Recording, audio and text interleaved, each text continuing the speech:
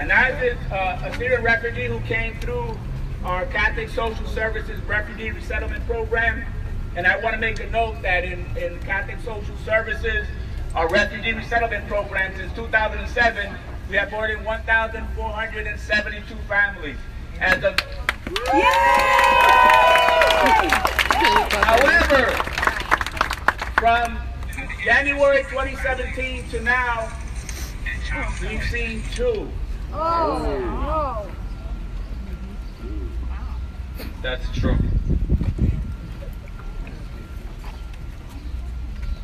Good afternoon, everyone. I want to say first, thank you everyone. Thank you everyone to stand here in this hot weather. I appreciate it. You stand with us and support us. I am Anas Allouz from Syria. I came as a refugee to United States 2015. And when I came, I didn't speak any English. And I learned the English as a second language, and I'm here. I don't write down any word to say my story from my heart to your heart. I left my country because the war, it was very dangerous to be there in under these bombs and this killing the people in front of me. And a lot of my friends, they get killed, and some of my relatives, my uncle, his wife, and them children, they get killed for no reason. Just we go out like this to ask about human rights, and Bashar al-Assad start to killing us, and he's still killing us until now. Until now, right now, I am stand in front of you. He's still killing the Syrian people in Syria. And when I left my country, it was everything destroyed. You can't imagine how it was, the war. Like, all the people killed in the street, the blood everywhere. And my dad, he get injured. My brother, he get arrested for no reason. All these situations, it's with us. And I am a kind of one family of the Syrian families, refugees. And the people, they have a lot of questions about the families, refugees, who they are, why they are here, how they came. All these questions, I want to answer about it right now. Like, in my opinion, I left my country. Actually, I love my country. It's my homeland. I born there. I grew up there. All my friends there. My school, my job, my house. And we was living a normal life. And we don't have any problem with that. But just we ask about the human rights, as I said before. But I have to save my family and myself. And I left my country. That's the reason. And I know we called, like they called refugees, that's word. It's hard to say it because we are human. We are not refugees. But the word they called about us, the refugees, just because we left our country. And we need to leave our country. We need to, because we need to save ourselves. I need to save my families. And after that, we left to Jordan and we came to here as a refugee. I would like to thank all of you, all the people, they stand with me, they support us. And just I want to say a small story, like it's happened with me 2 days ago when I came back from Jersey and the highway. I don't want to take a long time, I'm sorry about that, but just that small story. I came on the highway and I was driving at midnight around 12:30, and when I'm driving, I saw in front of me a big huge box in the road, in the highway. You don't imagine how it's big, the box, it's big. And I'm trying to stop in front of the road because no way I can pass it, because in the middle of the road, it's closed the whole road. And I stopped my car, I put the flasher on, and it's a big truck behind me, he's coming so fast. and I'm trying to show him my hands. I'm trying to stop him because it's dangerous. It's like he's coming to hit me and the box. And he saw me. Thank God he saw me, and he's trying to stop the truck. Like he's trying to control the truck because it was like fast on the highway. You know how it's speed, like it's the highway. And I trying when I saw him like he stopped. That's feeling for me comfortable, and I'm trying to rolling the box to that shoulder. I roll the box to that shoulder, and I open the road, and I go stopped on the shoulder and called the police, and they came take care of the situation. And when I'm stopped, I don't imagine I'm a refugee. It's not my business. I don't care for others. I have just to pass the road. I'm thinking about the others people. I'm thinking to save others. I feel here between the community like my family. I have to stand with you, help everyone. That's my religion. I'm a Muslim. If I see something wrong, I have to remove it. That's the religion. Lord, thank you so much. Thank you for everyone. I appreciate it.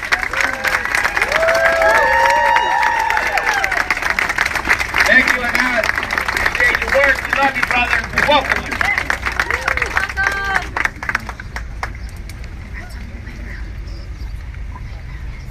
Next, we have Mary Therese Malandro. She's the CEO. She's my boss, so I got to of the Catholic Social Services of the Diocese of Scranton.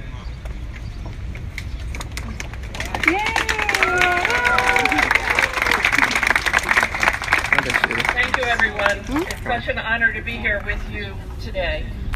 I am actually here on behalf of Bishop Joseph Bambera.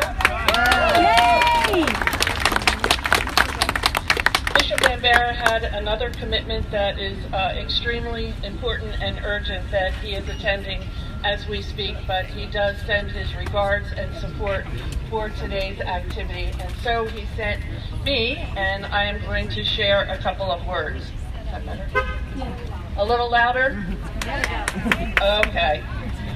The mission of the Catholic Social Services of the Diocese of Scranton is to serve families in poverty and hardship, to respond compassionately to their needs. We advocate for individual and family dignity.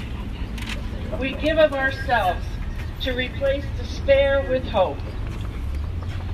You've heard today that Catholic Social Services has programs that include refugee resettlement and immigration. Today, I just would like to recognize Sister Janet Jeffers, who is one of the sisters of the Servants of the Immaculate Heart of Mary, who are also with us today. Sister Janet Jeffers served as the Executive Director for Catholic Social Services in Lackawanna and Wayne County for 8 years. Wow. And one of her responsibilities was refugee resettlement and immigration. I would also like to recognize Sonia Sarner. Sonia Sarner has continued and will into the future provide significant leadership in Catholic Social Services, and is also responsible for refugee resettlement and immigration, and has done such great work. And so, Sonia, thank you. We all have to do what we can to keep families together. This is a moral choice, not a political one.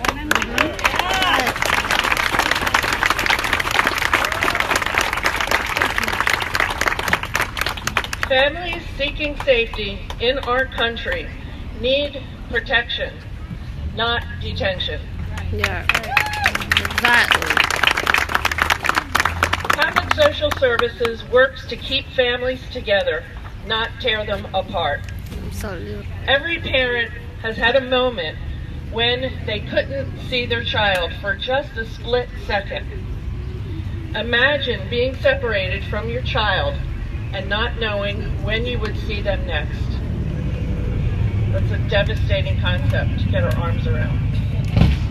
We must work together to end this crisis until we see evidence that children are no longer separated from their parents.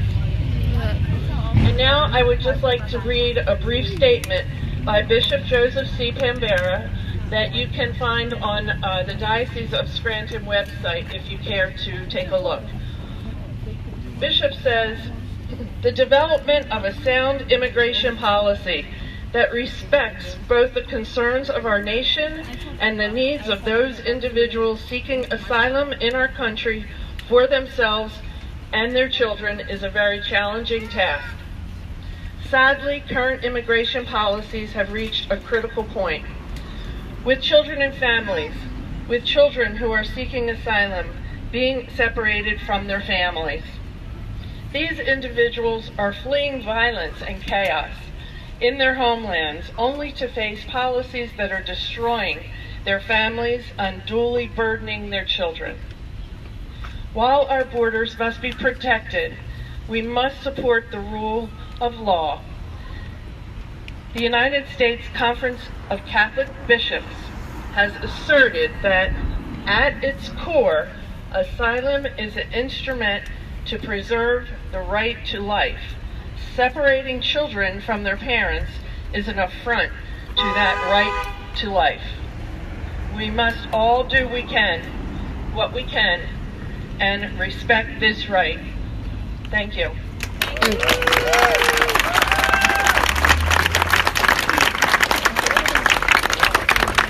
Thank you, Mary Teresa.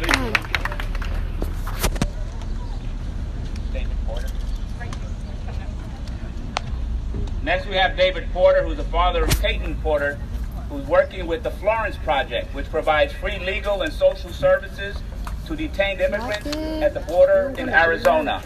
David. Hello. Thank you. Again, my name is David Porter, father of Caitlin Porter. She's the Social Services Coordinator with the Florence Immigration and Refugee Rights Program, which I will refer to as the Florence Project from now on. It is headquartered in Florence, Arizona. Arizona being one of the largest border crossings that we have. Thank you for being here, for doing something small, medium, large, or extra large to advocate for united families. And thank you to the organizers of this Families Belong Together event.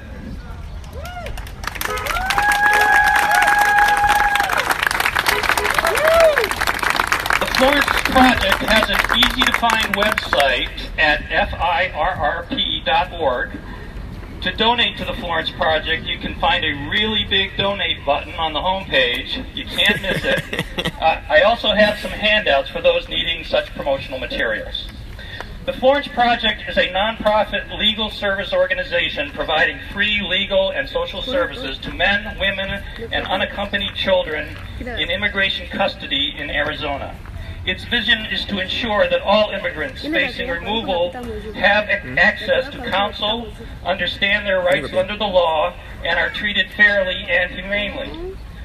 Although our government assists poor criminal defendants and civil cases through public defenders and legal aid attorneys, it does not provide attorneys for people in immigration removal proceedings. As a result, an estimated 86% of the detained people go unrepresented due to poverty. The Florence Project strives to address this inequity both locally and nationally through direct service, community partnerships, and advocacy and outreach efforts. For nearly 30 years, the Florence Project has been the only organization to provide free legal and social services for men, women, and children held in isolated immigration detention centers in Arizona.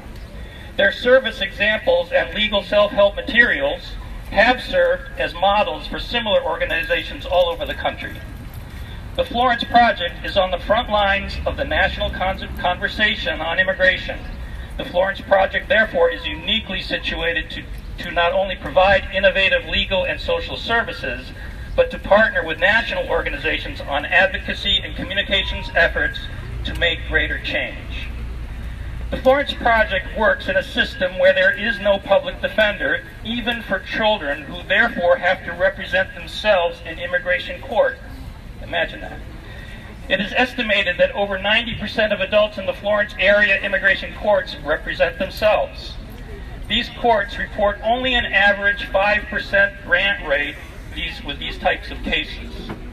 Studies have shown time and time again that having a lawyer by your side is likely the deciding factor to winning a case. Increasing representation for detained immigrants, now including children separated from their families, is key to protecting their due process and their human rights. The Florence Project was tracking and publicizing the number of families separated at the border long before the Attorney General made his announcement on May 7th. This year alone, Florence Project staff has documented over 460 cases of family separation, double from last year. The Florence Project currently has about 50 staff members and is now increasing staffing to respond to the increased needs due to the current family separation policy. Even though the administration says they will stop family separation, the Florence Project staff remains on the ground, face-to-face with the most vulnerable and unrepresented, watching and fighting to keep families together. Thanks to the generosity of donors, they are hiring 2 attorneys, 2 legal assistants, and 1 social worker to serve hundreds of children and parents who have been separated at the border due to this family separation policy. They are hiring 1 attorney and 2 legal assistants to serve abused, abandoned, or neglected children who are no longer in detention but live in Arizona. They are increasing support for its pro bono team to respond to and mentor an influx of volunteer attorney requests. They are hiring an advocacy attorney to assist its legal director with systemic appeals and make greater change for our clients. Thank you for listening to me about this and for perhaps supporting the Florence Immigration and Refugee Rights Program. Remember FIRRP.org. You are the best and you are blessed.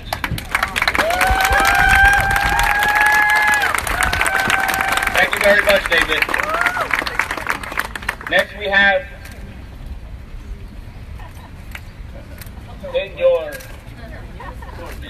Hold on. One more step. My name is Steve Corbett. Some of you know me, some of you don't. Some of you like me, some of you don't. For 40 years, I worked as a journalist. For 40 years, I took threats. For 40 years, I took sides. I wrote about immigration. I wrote about injustice. I wrote about fairness and inequality. All the issues that unites us today, that's what I wrote about. That's what I believe in. That's why I'm here. I'm the strong grandson of immigrants. This city, without my family and many of yours, wouldn't even be here. 45 years in the coal mine. My grandfather, my grandmother, the 10 children, that family stayed together. I've been to the border, I've been to Mexico, I've been to Berks County, where families are locked up, incarcerated today. And our elected officials, by the way, I'm a Democrat, our elected officials are not putting nearly enough emphasis on releasing those families so they can live the way my family lives and my family lived when they came here seeking liberty and justice for all. I want all of you to understand that you matter, that you're important, that your presence here is far more important. Actually, let me go back a step. I want you to congratulate each other and yourselves and look in the mirror every night before you go to bed and recommit to this fight. You've got to take sides. You've got to say enough is enough. And I also want you to do one last thing for me, please, and for ourselves and for the society and our country. I want you to know who's here, and I want you to know who's not here. We have elected officials who are very powerful people. Mostly Democrats. Where are they? I see Paige Gephardt Cognetti from the school board. She's here. Bill Gahn from the city council. He's here. I'm sorry. Another. If you're here, you step up. If you are here, you apply pressure. If you're here, you do something about it. My 3 minutes are up. I guess I'll step off. But I ask you this. If you need me, let me know. If I can do anything here, I'll let you know that you can join me. You've got to fight them. You've got to fight them. And I'm a man of peace. I'm a man about nonviolence. But this fight is ours. Take it to him.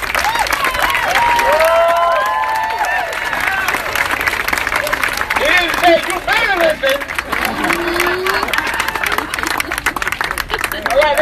see the signs up. Let's see all the signs up. All the signs up. And then, I know we have the World Cup going right now. So we're gonna fire it up with a simple chant. And it's I.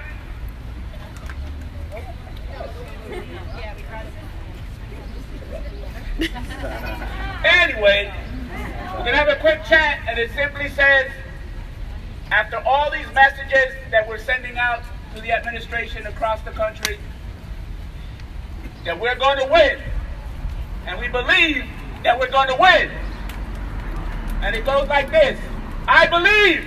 I believe. I believe that we can win. I believe that we can win. I believe that we can win. I believe that we can win. I believe that we can win. I believe that we can win. I believe that we can win. I believe that we can win.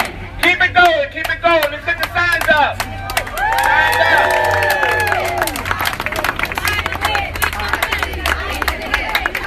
We believe that we can win.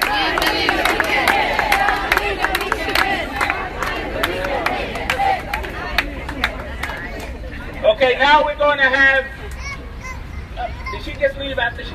Pine Tree, where's she at? Oh. Tomada. Quem que manha? Molho da manda. She knows that he's here, yeah, but he came over late and they put everything in order. Okay. They were not sure. She knows that he's here.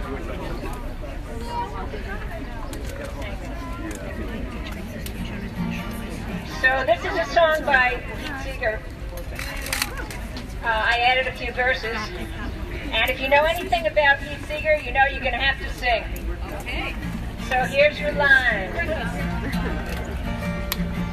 God's counting on me. God's counting on you. Try it out. God's counting on me. God's counting on you. And the chorus. We can see this through. We can see this through. We can see this through. Me and you. Oh, I didn't hear you on that one. We can see this through. We can see this through. We can see this through. Me and you. When we look and we see stolen children in the land of the free, God's counting on me. God's counting on you. Time to turn things around.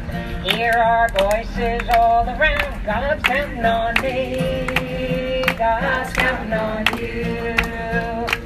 We can see this through. We can see this through. We can see this through. Me and you. Is it right? Is it wrong to tear a child from a mother's arms? God's counting on me. God's counting on you. A child's life is at stake. Let us not make this mistake. God's counting on me. God's counting on you. We can see this through. We can see this through. We can see this through. Me and you.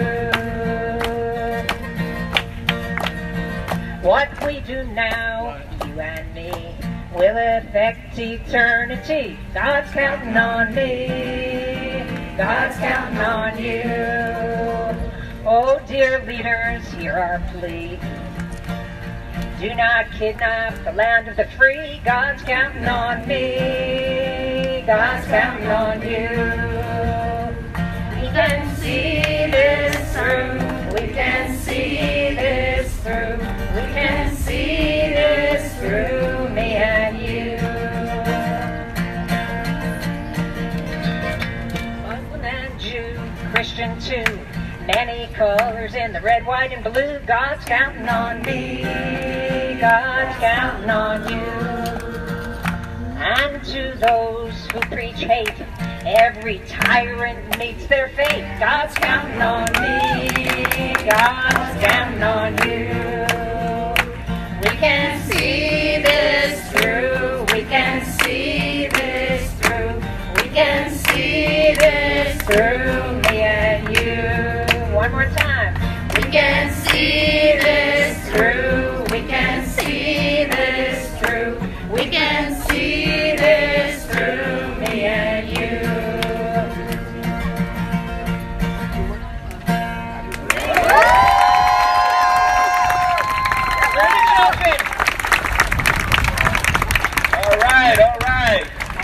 you, Pine Tree.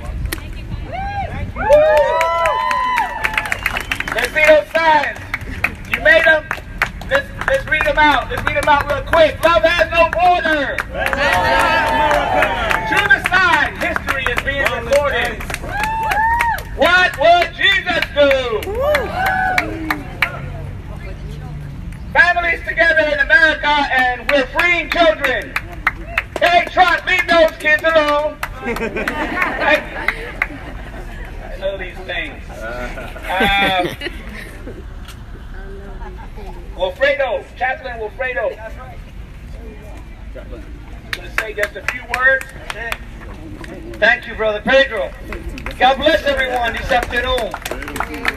Steve Corbin for president!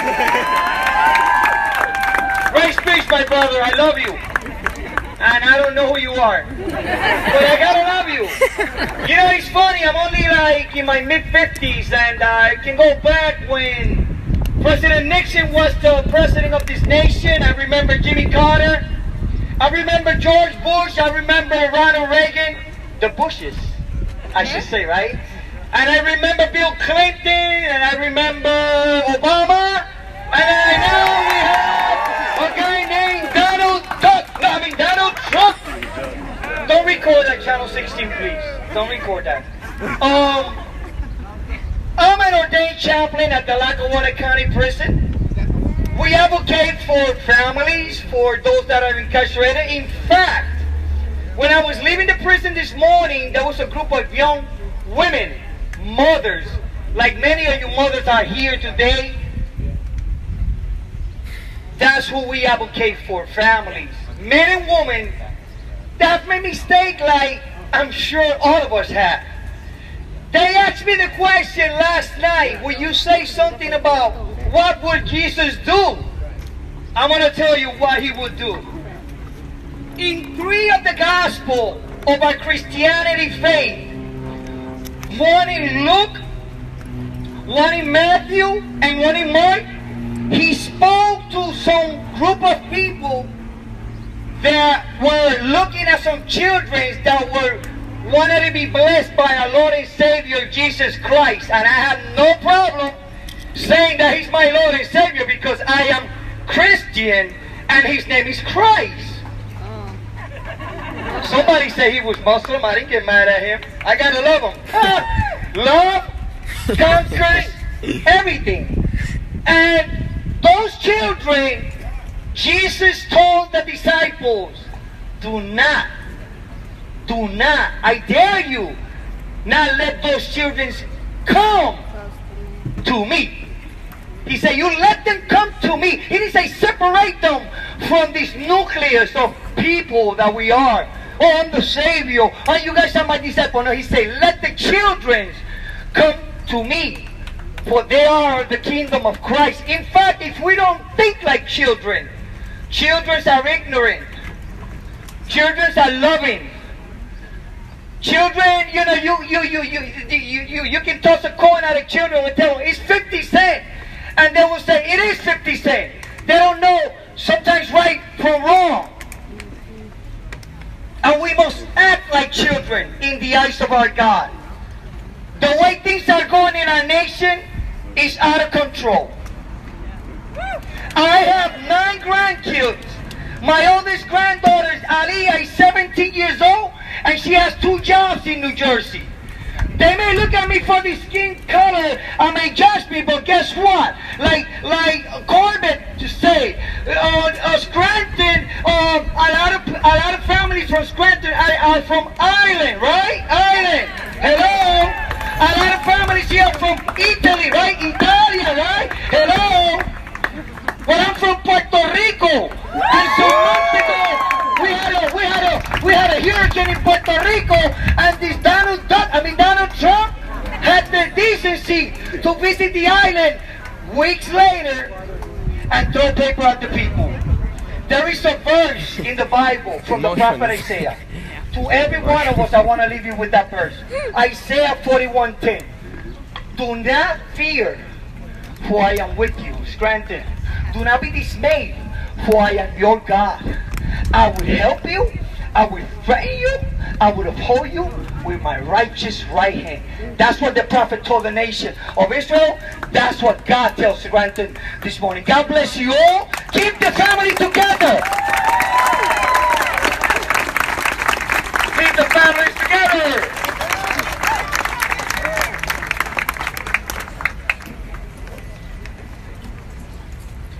Rabbi Daniel Schwartz, Temple has said. Thank you, my friends.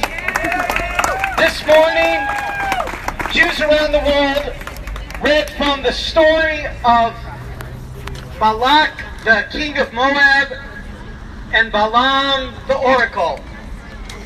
And I was rereading the story, and you know, sometimes, gee, these things happen in the Bible you couldn't imagine happening in real life. See, this is the story. Moab was a divided nation. There were some people in it who believed in treating the stranger well, like Ruth, who stood up for women and immigrants. And then there was the king, the leader of the nation, who was scared of them. I don't know, has that ever happened? And he saw that there was this caravan of migrants approaching his country. These refugees fleeing tyranny. The children of Israel. And he wanted to stop them. To put up a wall at his border. Have you ever heard of something like that? And so he called on his oracle general, Balaam, to stop them, to curse the children of Israel. But Balaam ended up blessing them. Why? Because there were some very stubborn voices. You might say they were like a mule even. Stubborn as a mule, who said, don't do that. Stand up for these children. Stand up for these immigrants. Now that's our job today, to be those stubborn voices. The Supremes aren't going to save us. No superhero is going to save us. We need to save our country. By standing together, like the beautiful rainbow that we are. You asked us to think of the first time we heard our child's cry. I remember it well because it was at the airport. You see, my daughter was born in India, and her birth parents knew that they couldn't keep her alive, and so they left her with somebody who would bring her to America. And I saw her get off that plane completely confused, 13 months old. Who knows what time her body felt. She was crying. She was alone. I held her and looked into those eyes, and I promised I will never leave you alone.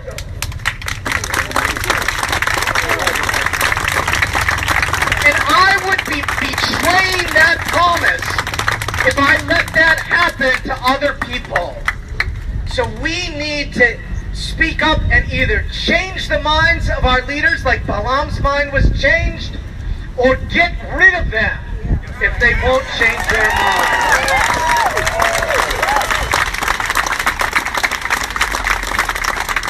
So this is the beginning, this isn't the end.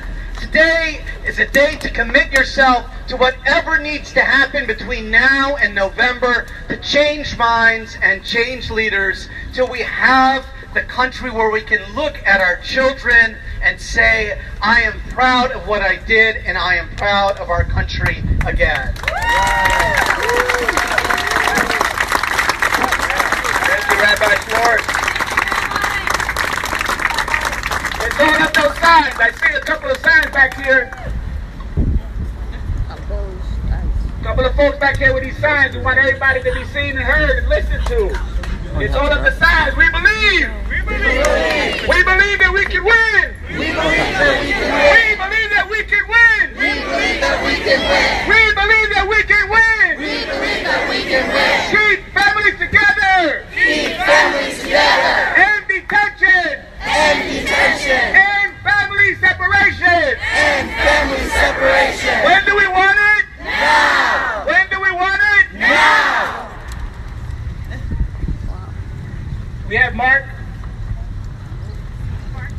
Fred. Fred? Fred is he came through our, from Catholic Social Services to our refugee resettlement program. He's from the Congo. That's a wonderful story. Yes, I'm from the Congo, and I'm glad to be here in Scranton. My apologies for what the president, and I like to call things using, you call it spoon a spoon, right? So President Trump, with his rhetoric, has made a section of mankind become an endangered species. That's what I would say. Because I don't see how a home that is receiving families, a home that is receiving visitors, can start telling those people coming to that home that they shouldn't come here anymore. Because I know from an African perspective that if a home that receives people, a home that welcomes everybody, is a home that has blessing. Nobody can come to your house if your house is not blessed. So the American people, you should recognize that people coming to this country, it's because you have the potential, it's because God still loves this country and you have enough to provide to those that still need assistance. Then I'm also concerned about what's going on in the border. San Juan, those places down San Diego, those areas in Mexico. Children, assuming I was a baby, do you know what I'll tell Trump? I'm a baby, right? I don't know what's going on. I don't know why my parents decided to come here, but all I know is these children, even if they say that the parents know that the reason why they came, the reason why they're struggling to get access to the U.S. is because they're trying to find a better life for their children. And that's why our parents, as refugees who had lived in refugee camps for over decades, can you imagine 10, 15 years in a refugee camp? Horrible situation, no shoes, no clothing. You lost your mom, you're only having a single parent, you have nothing to eat. Come on, man, this is tough. And if you have a chance to come here, then you're bringing all the good that you should have provided to your own country of origin, right? So the ingenuity, the ideas, the progress, the business, plans to invest, all those are the interest of the American people, all those are the interest of this country. So please don't feel bad when you see people coming. This is what I'll tell the president. You shouldn't be worried of people coming. These people come here, and these children who is stealing from the parents would have a chance to come here, be free, interact with the rest of the society, and in the end, they'll be very productive and help this country. They'll work in the military. They'll work in all the jobs that require people to work in. So there is no reason to refuse people coming in. These are children, first of all. I don't know even why he's having a grudge with children. He developed a conflict with children. They don't know what's going on. Their parents brought them, And these parents, first of all, we have to know this. These parents are not forcing themselves inside. They are obeying the international laws. They are seeking for asylum at the borders. They are not forcing themselves into the U.S. They want help. So why take away their children? Why make these people suffer? Give them a chance. They have ingenuity. They have the courage. They have the strength. They want to be American. They'll change and they'll be part of this country. No doubt, nothing will happen to this country. These people will come, will bring new ideas, and they'll help to strengthen this country. So with the president's rhetoric that is making us an endangered species, I think he's very wrong, and I guess we still have worldwide fund. We'll be safe. So for the children, thank you so much. In fact, this gives me courage. All these people coming here and giving us the strength, showing us they're together with us, really, shows some kind of, empathy, sympathy, whatever. But, it gives us the strength. We really felt so much left out. But now, when people turn up like this, you give us the strength, you give us the courage, and, we'll keep praying. And I think the president, with, the renewals he has made, he signed a lot of things. We don't know. He doesn't keep promises. That's true. Thank you. Because of time, I had a lot to show you guys, but anyway. Next time. Thank you.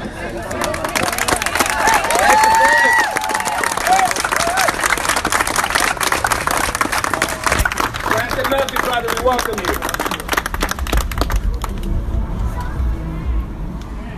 Daniel Gonzalez. Is it Daniel Gonzalez here or Ross? The attorney, Daniel Ross. Daniel. Hi, good afternoon, everyone. I am an attorney in Scranton, and I practice immigration law.